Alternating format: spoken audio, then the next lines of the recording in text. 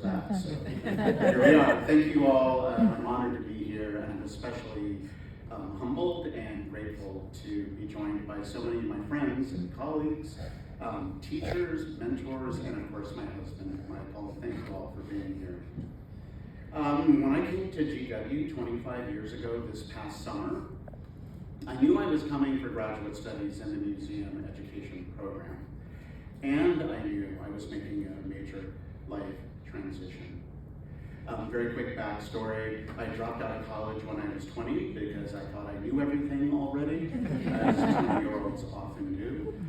And then 20 years later, I went back to school while working full-time at a performing and visual arts elementary school in San Diego, where I caught the teaching bug, which then led me to the museum education program. There are folks in this room who will remember some of the long conversations that we had about that transition. So thank you. And speaking of transition, I got my bachelor's degree shortly thereafter and turned around the next month and packed up a 15-foot truck and moved to DC and started my graduate program. I recall that very first week of the museum education program, and program director Dr. Carol Stapp encouraged us all to be active participants and engaged in the field. And I remember raising my hand and asking, how do you do that?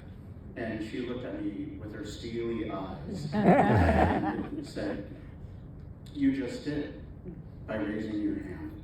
And I've been raising my hand ever since, here at GW, in the museum field and beyond, giving back, making change where I can, sometimes in big ways, like the 50th anniversary of the museum education program last fall, or sometimes in small-ish ways, like helping a group of 8th graders plant bulbs in our community garden last weekend.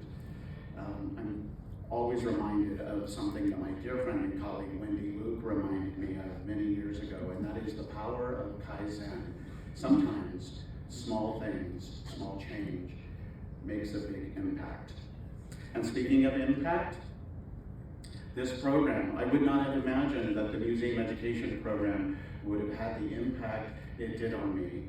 This university, its impact on me, this community, its impact on my curiosity about the world we live in, about my passion and skills for learning and teaching, my patience and empathy, and truly my identity over the last 25 years as a museum educator, as a professional development specialist, as university faculty, and as a career coach. To be clear, my career path has not been a straight one by any stretch, but I'm always reminded of a favorite line of poetry from one of my very favorite poets, Spanish poet Antonio Machado. Caminante no hay camino, se hace camino al andar. Walker, there is no path. You make the path by walking. And so I continue my path. I'm delighted that next month I get to do one of the things I absolutely love the most.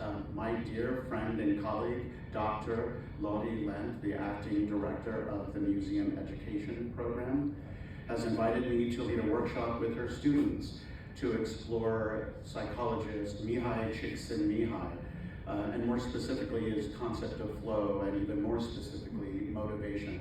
Both extrinsic motivation, the things that motivate us externally, like grades or money or professional title or awards. But also intrinsic motivation, the things that get us up in the morning, that allow us to do the thing we love to do the most, that allows us to master skills, to make a difference in the world, to optimize positive experiences that can help us live a happier life. I am absolutely grateful for this award, and I'm also grateful that I get to do what I love, which is help people forge their own paths, give back to my community, and hopefully make the world a better place. Thank you.